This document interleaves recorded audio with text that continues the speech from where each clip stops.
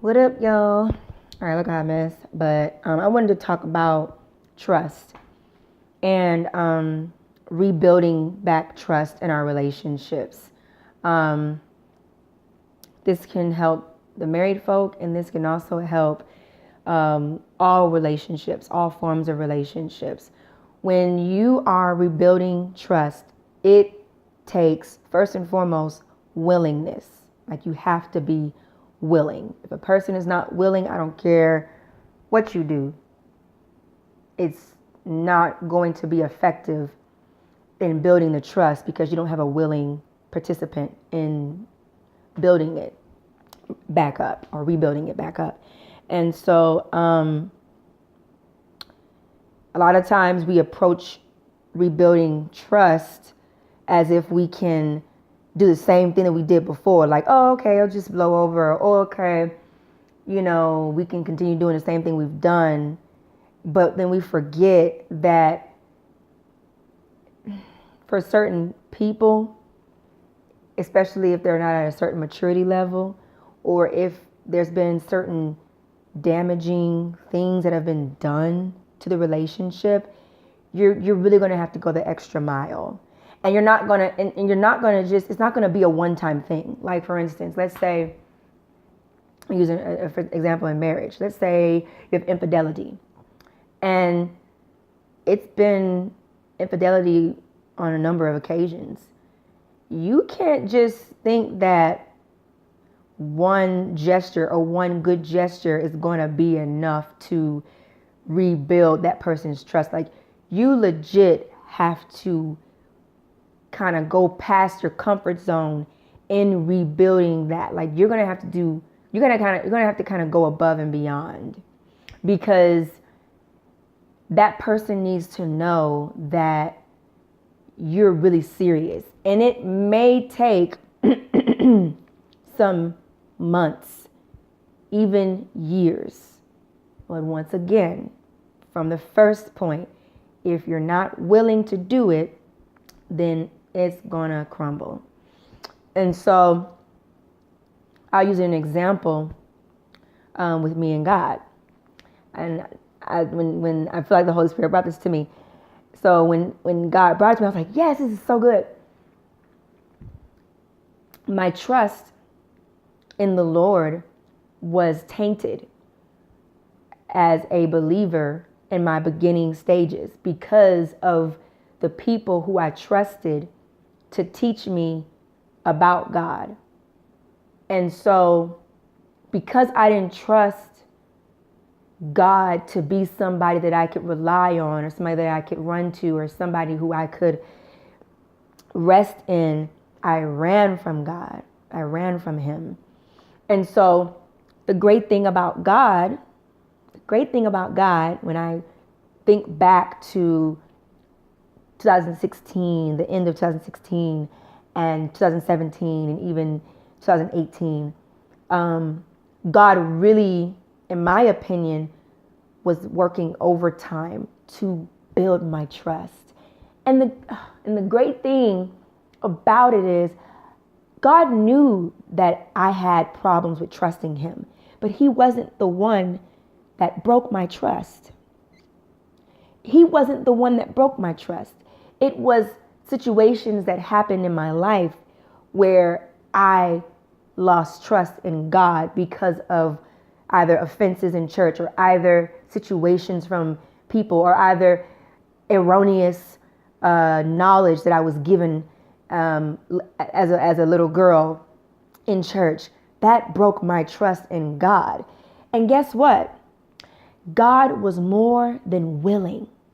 He is more than willing to rebuild my trust. So when me and God first started walking together back seriously, He's always been walking with me, but I finally took it serious with Him back in 2016. He would do, and I'm not going to cry because every time I think about this, I always cry. But He would do stuff and I would literally be like, why are you doing this? Because, and for instance, okay, so when you deal with rejection or whatever, and when you mess up, people tend to walk out of your life because you messed up instead of being gracious and still loving you, because people only see the outward response, but they don't see the core.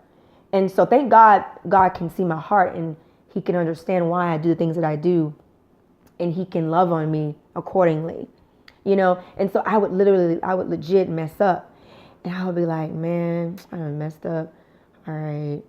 You know, I'm being prideful, or I got a bad attitude. And I would expect God to treat me like other people, but he didn't. Instead, like I remember one time I was, this is a small incident, but I was irritated at work. Got irritated at this lady. I had a bad attitude, and I was talking to my homegirl, and I knew I was wrong for having this attitude, and I just remember in the conversation, it kind of changed to the goodness of the Lord. And I remember just in that moment, I just felt his presence. I just felt peace, and I just felt love, and I just felt like adoration. And I was like, wow, like, you know, I'm over here not acting right and my attitude sucks. And for so many years, my family would always say, you got an attitude, you got an attitude. And the way that my family would respond to me is they would ignore me, or they would, you know, treat me the same way I was treating them, or, you know, they would shun me. But God didn't do that. If anything, he drew near. He drew near to me. And I'm not gonna cry, but that's all I ever wanted, was instead of you leaving me, I really want you to draw near to me and love on me. That's really what I need. I don't need you to shun me. I don't need you to, you know, ignore me. I need you to love on me. That's what I need. And so when God did that, I was like, wow, that helped me to trust him. That helped me to trust that, okay, if I ever act anyway, I can always trust that there's a safe place in him. And after so many times, because that wasn't just the only time that he did that. He did that a lot of times. You know, he did that a lot of times. I think I said a story before where I was drunk. I mean, you know, I was tipsy. And I miss God, and I miss, you know, worshiping. And I just went up, and I just felt like the Holy Spirit was telling me to go upstairs. I went upstairs wobbling. And I expected God to be like, oh, you filthy human, you know, why are you raising your filthy hands to me? Because once again, this is what has been taught to me in church. And instead, he didn't do that. You know, instead, he showered me with love. He was like, you're the apple of my eye. You remind me of David. And I just remember feeling just such love. And while he was doing it, I felt so confused, because I was like, why is this God showering me? Like, I mean, it was like an overwhelming feeling of love. You know, it was just like, you know, like I said, he was just going above and beyond to let it be known to me that he loves me.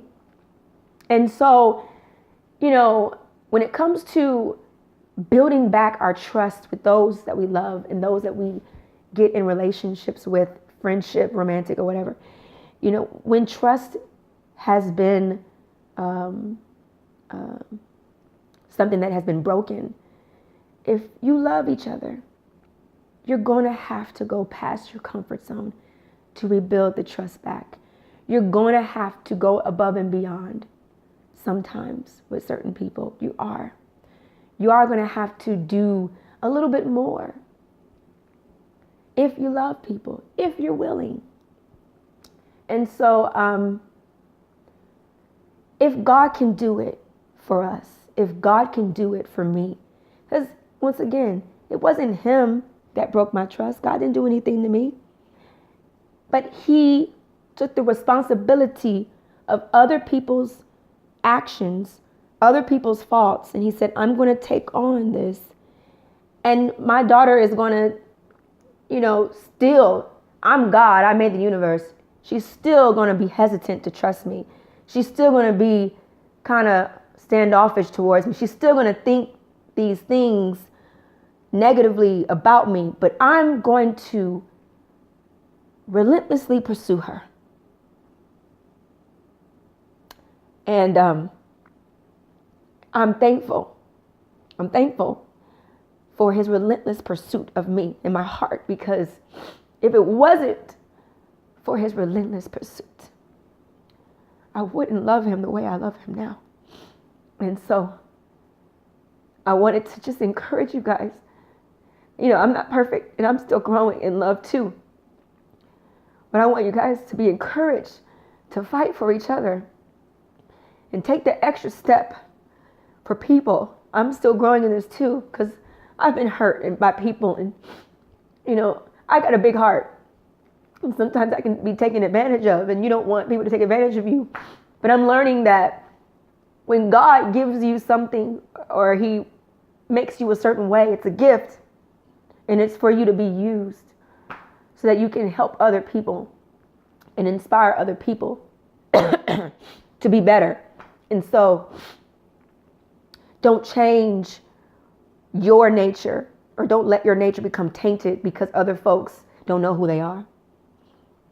Because other folks, want to treat you bad. Continue to treat people good and use the wisdom that God gives you and will give you. Consult with him on how to handle people. Be patient in the process. You may have to wait to respond. You may have to go and talk to God. All right, God, I don't really know what to do. I'm going to wait on you to give me an answer on how I need to approach this person. And I'm going to tell you something. I'm here because of all the lessons and all the mistakes that I've made. And so I'm at a point in my life where I want to make a change. And I may make some mistakes in between those and making a change, but I'm trying. So I want you guys to also try too, as best as you can. And let the Lord lead you in all your ways. Okay? All right. Love you guys. Bye.